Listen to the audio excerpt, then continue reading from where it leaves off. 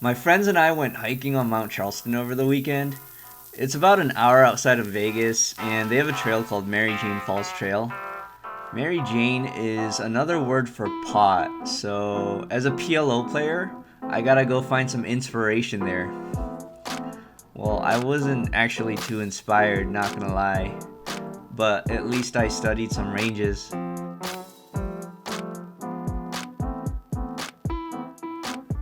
Oh wow, they were expecting us. Anyways, let's go to where the real donkeys are. Let's go to Aria and jump right into the action. First hand, we sit down and get ace king 8-4 with no suits. The game's just started, the rock's not in play yet, and under the gun limps with me in the small blind. Three-way, flop checks through. Turns a queen, and we bet 10 into 15 with our nut straight. Big blind raises to 40 here, and under the gun calls. We have a naked nut straight with no diamond redraws. We're really deep and out of position, so I think the play here is just a flat. Though obviously there's nothing wrong with re-raising. But we need some strong nutted hands in our calling ranges here so that we don't only have draws in these spots. The river's a queen and I check. And we're going to find a tough spot if someone bets here. But both players check and under the gun announces straight and shows king 9. We flip over our hand and we take it down. Apparently, Big Blind was just raising turn with something that couldn't even beat king 9. So if the river was a blank, I wish we could have seen if he would have fired again as a bluff. Hand 251, hijack opens to 40 and I defend the button and Big Blind comes along. Hijack looks awfully familiar. I was actually talking to him outside in the lobby waiting for this game to start. Both players check to me and I fire 75 into 125, hoping to just take it down here. Big blind folds and hijack calls really quickly. I'm not really good with faces, but his quick call and his high pot frequency before these hands remind me of Calvin. I actually think this is Calvin from Vlog 2. Turns a bad card for us, 7 of hearts, and it goes check check. River's an 8 of spades and he overbets 400 into 275. But since this is PLO, he just bets 275. At this point, I'm about 90% sure it's Calvin. I didn't recognize him in the lobby while chatting with him, but as soon as we play a hand, it triggers my memory. A few of us get must move to the main game, and on hand 259, Calvin limps the big blind. He's not aggressive today as he was before, and he looks a little tired. I make it 40, and seat 4 in the cutoff re-raises to 185. He's playing a short stack of about $400. Calvin folds, and we have a double suited hand that should play pretty straightforward when we see a flop. So we call and we flop an easy decision. Pair, open-ender, backdoor flush, and we have an SPR of 1. So we shove it in with him, and he asks about once or twice. And I generally am a run-it-once guy, especially for smaller pots. So we just go once, and we turn a straight, and he mucks and reloads. Throughout the session, the short stack in seat 4 has been playing super aggro and trying to run up a short stack. So we want to get involved with him while he's going off, and before he runs it up to a big stack and tightens up. Which is probably just an excuse I tell myself to play my next hand. When the cutoff seat 3 opens to 30 and seat 4 comes along, I call a really garbage hand king queen 2-5 double suit, and the hijack, who's the rock, comes along. The problem with these double suited trash hands is that you'll find a lot of difficult spots post flop with the lack of nuttiness in both suits and connectivity.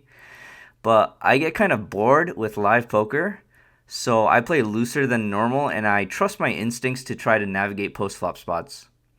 Flop is 4-5-8 rainbow, and everyone checks here. The turn's a 2, and 2 players check to me, and I feel like everyone's pretty weak. My garbage hand appropriately makes a garbage 2 pair, so I give it a stab of 80 into 130, and everyone folds. Hand 273, we pick up ace, ace, 9, 7 single. I'd rank these aces as decent as far as aces go. No limit, aces are just aces, but in PLO, we care about the quality of our aces. Button and small blind limp in, and a buddy of mine in the big blind bumps it up to 50. Him and I are pretty deep. We're going to be about $2,000 effective.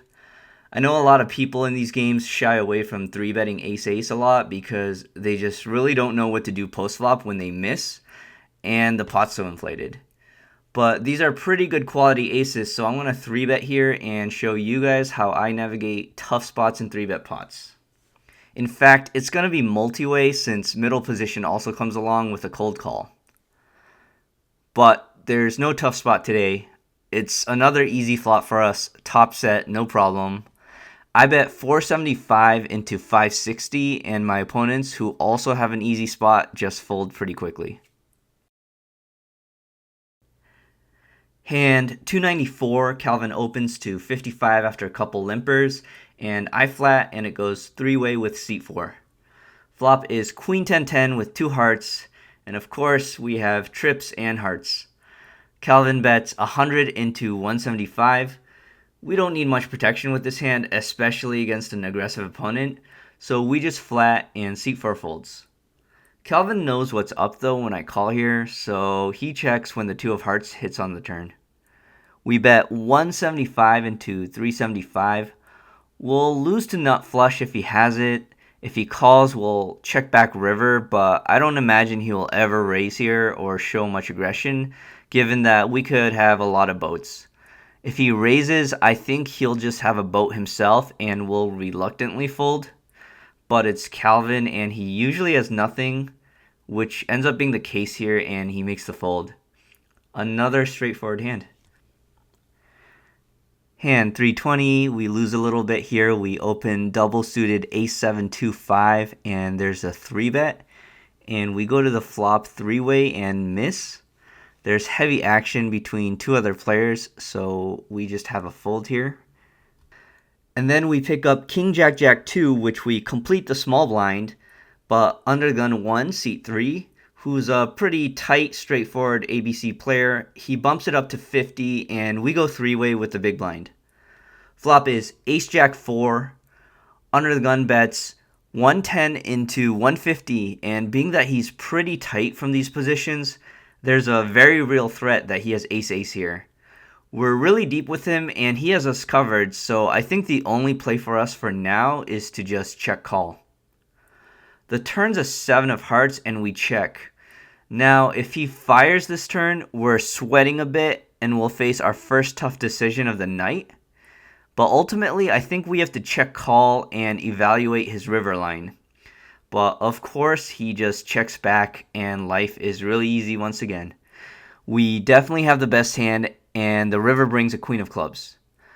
Blocking the king for the king 10 straight, and him showing a lot of weakness on a blank turn, I think there's no reason to go really big here, as his hand doesn't really seem super strong. We hope maybe he has something like ace-queen or just ace-king that wants to bluff catch since the spades missed. So we fire a value bet of 135 into 370, and he shakes his head and reluctantly calls. We feel pretty good, and we think we chose a pretty good sizing here. Hand 324, we pick up garbage single-suited kings and seat 6 limps, but we have position on him, and I'd prefer to play this hand heads up, so I make it 40, but the cutoff comes along, and seat 6 also calls. Flop is ace-10-4, and 3-way, we just check here, and it checks through. Turns a 9 of hearts, and I'm a noob. I can't remember if I had the king of hearts or not, though I definitely remembered that I had the suited king of clubs. When people look back down at their cards in No Limit Hold'em, on average I would say they just aren't suited that often, and I hate looking back at my cards, but I need to know if I have the king of hearts. I do. I don't think that these two players will read into this that much. Seat 6 checks, and I fire 50 into 125, and they both fold. Literally the very next hand, I pick up a deja vu. Exact same hand, different suits. But there's a raise and a re-raise, so we just let this one go. It's garbage kings anyways. Hand 336 is our last hand. So, when's a good time to leave the game? Well, we're about to get hit by the big blind, and a new dealer is pushing in, so we're about to also pay time rake. We're up almost exactly $700, and we also played exactly 100 hands this session. With everything aligning perfectly, I feel like destiny is telling me to pick up and leave, and that's just what I do. I'm not superstitious, but I am a little stitious.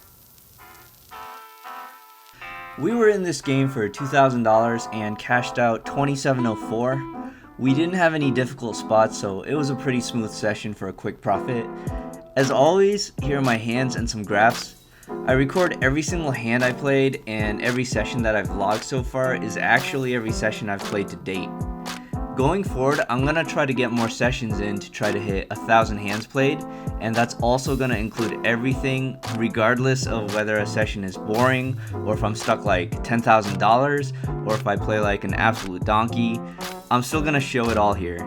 So let me know in the comments what you guys think of this plan, and also thank you everyone for watching.